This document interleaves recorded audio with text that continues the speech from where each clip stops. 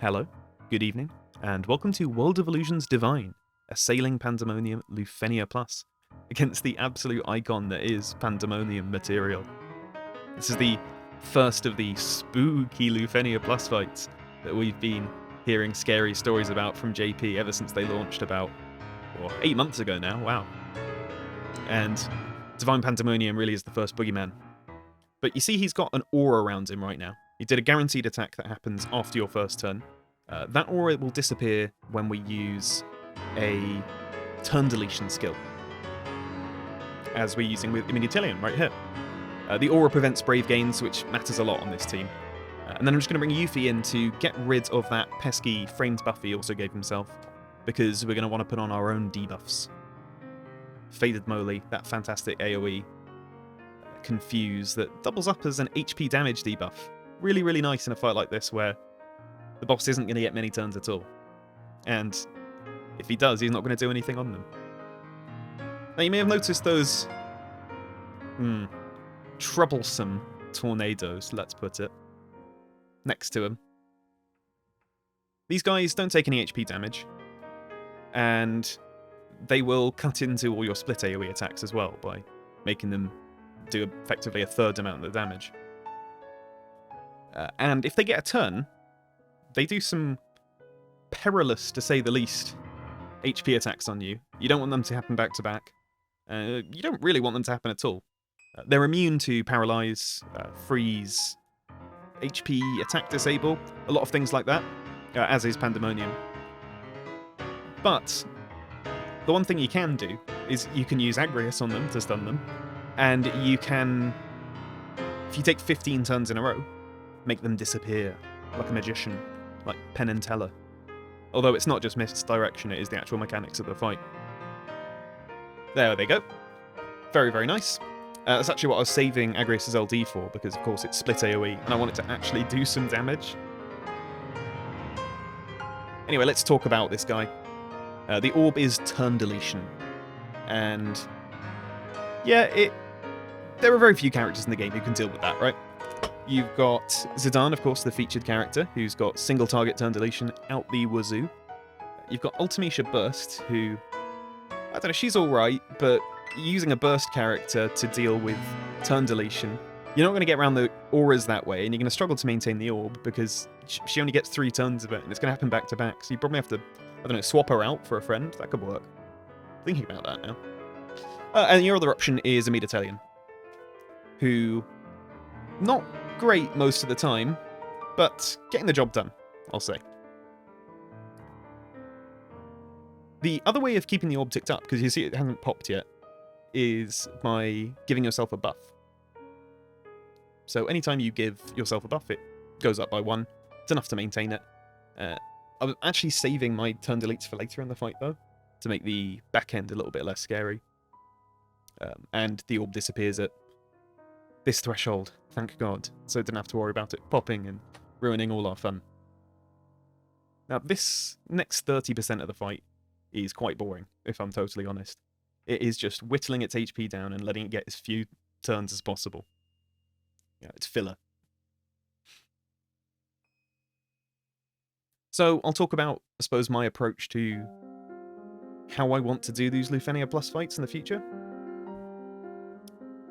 Because if you bring the featured units, you can smash through them quite easily. Zidane makes this a joke, especially Green Zidane. I have greened him, despite being the worst green of the month. But he's a lot of fun, he really is. I did a run with him with Rude, because of course on his BT, he fully heals the party, and then Rude will convert all that but into a lot more battery. It's 500% boost. Yeah, seeing some very nutty battery with that. But Zidane rips this fight to shreds. He handles all the mechanics, he handles... Well, he doesn't... I suppose he... Yeah, because on his burst he'll heal. If you haven't got his burst, you won't handle all the mechanics. You need a healer or a mitigator. But I like the TCC X-Treme format, generally, which up till now has been no synergy, which you can't do in World of Illusions, because everyone's synergy. No synergy, no burst, and no friend unit. So instead of no synergy, I've gone for none of the featured units. I think that's reasonable here. I think that's in the spirit of things. I've gone for no friend unit. And instead of no burst, I've said no burst plus. That's because I think this fight is probably doable, but would be very, very unmanageable. And I don't know whether... This is without a burst, I mean. I don't know whether the TCT challenge guys, McNoll and Mino and all those guys who come up with it, would agree with me on that, but I think irrespective of their decisions, I think this is probably the challenge format I'm going to do from now on. It's just a lot of fun, really. And, you know, maybe some other characters who absolutely tear the stage apart I won't bring. Because, again, that's not in the spirit of it. But I will be bursting with Vaan. It's a shame not to use the bursts after you've, you know, spent so long trying to pull for them and, you know, planning out your gems, planning out your tokens. So it's nice to have the opportunity again. Although, we are now back into the thick of it, because we're into the next guaranteed attack. Whew, that does a lot of damage. Oh, thank God we're not gonna let it attack again anytime soon. Wow. So, tornadoes are back, and their turns are a bit sooner than they were in the previous one. Order of business is to not let them get their attacks off. So I'm actually going to hold back on healing with Agrias just yet. Also going to use this fantastic AoE turn delete with Amidatelion. It just built up a tiny bit more space to pop off my Faded Moly. Oh, I'm going to... Yeah, I need to use Yuffie Cool there to get rid of the framed buff again so I can put Faded Moly on. Otherwise, wouldn't have been able to paralyze it. And get that chunky HP damage taken boost. You may notice I've been using White Whirl a lot with Vaan, which, on the face of it, is very odd, because this is a fight that doesn't like Brave Gains, and it doesn't like wind damage. This guy totally absorbs it. So it's only because of Vaan's inherent imperil on his LD boards that he's able to not make Pandemonium absorb. Although absorbing wouldn't be the worst thing. In fact, I might see if I can do a weird Cypher run. Because of course if you make them absorb, then they can get Bravery again immediately, and you can sort of do a semi-re-break kind of thing. So Cypher with all his delays, but also giving it Bravery again so you can break it with the next character, that sounds kind of fun. Or even with maybe Zidane for more turn stealing. I don't know. Sounds very fun. So bursting with Vaan here because why not, frankly. The next threshold we have to worry about is 30%, where it'll do exactly the same thing again. Vaan is not doing as much damage as he's used to doing here. He's not doing tons of bravery damage, but... Well, that's a weird graphical glitch there. But he's doing enough gains, he's doing enough self-battery, with a lot of help from Agrias there with her brave gains up, that it's still working. I'm not saying he's doing fine, but he's working. I did a run of this, well, I attempted to do a run of this with Lael instead of Vaan, which maybe if I'd persisted would have worked.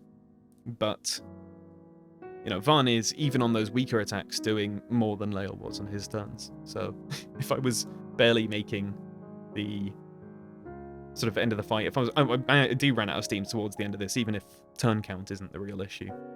I think Lael might have been a much harder proposition. I quite like Leviathan Summon here as well, just because all of these characters want a little bit of battery before their attacks, and, you know, it's not doing tons, but it's making sure that Vaan's not hitting from 0 all that often. And of course, lowering speeds, always good in this kind of a fight. Speed control is really important in this game, even if I don't actually understand how the speed stat works, but no one does. We've got a lot of speed down here, actually. I realise, with Amidatelion and Yuffie on her LD call, and Leviathan. Funnily enough, one thing that made a huge difference with this run was actually buying Amidatellion's HA, because she's got Tactics Keystone. I've never done a run where buying the HA has made such a difference. That threshold of defense must have been really close, because Okay, yeah, that's 3-digit brave damage, but on Vaan's turns... Okay, that's doing 0. There we are. He's still doing 4-digit there, which was absolutely not the case before. That 20% defense down on the armor, I suppose, putting some work in. And now... yeah, this is what I was talking about earlier with the split AoE getting mitigated by the tornadoes. It's a really annoying little trait of theirs, but I had to use the LD there, because I want to reapply Faded Moly as soon as possible. That's going to contribute to more damage than just waiting. Oh, White Whale's still doing 600k there. I mean, even with Vaan is not hitting bravery damage, even with all these brave game reductions, still fabulous. Still absolutely fabulous.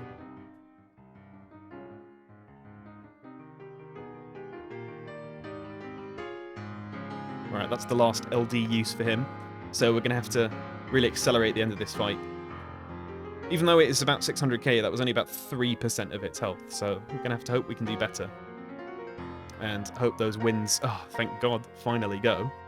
So now that the wins are gone, you know, there's nothing left in his kit. He's not going to get another attack in, probably, thanks to Agrias and Amidatelion with the turn deletes.